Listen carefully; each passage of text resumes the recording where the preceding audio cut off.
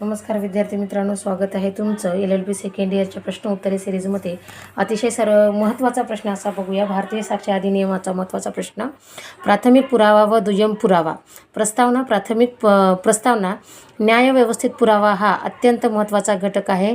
न्यायाधीश कोणताही निर्णय घेताना सादर केलेल्या पुराव्याच्या आधारावर निष्कर्षापर्यंत पोहोचतो। पुराव्या कायद्यात पुराव्याचे दोन प्रकार मानले जातात।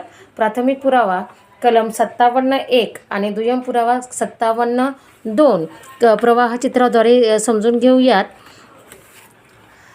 स्पष्ट करण्यात आले पुरावा प्रकार BSA भारतीय साक्ष अधिनियम 2023 नुसार प्रथम पुरावा कलम 51(1) आणि कलम 57(1) आणि कलम 57(2). उदाहरणार्थ मूळ प्रत, फोटोग्राफ, मूळ रिसीट, मूळ चेक, मूळ करारपत्र।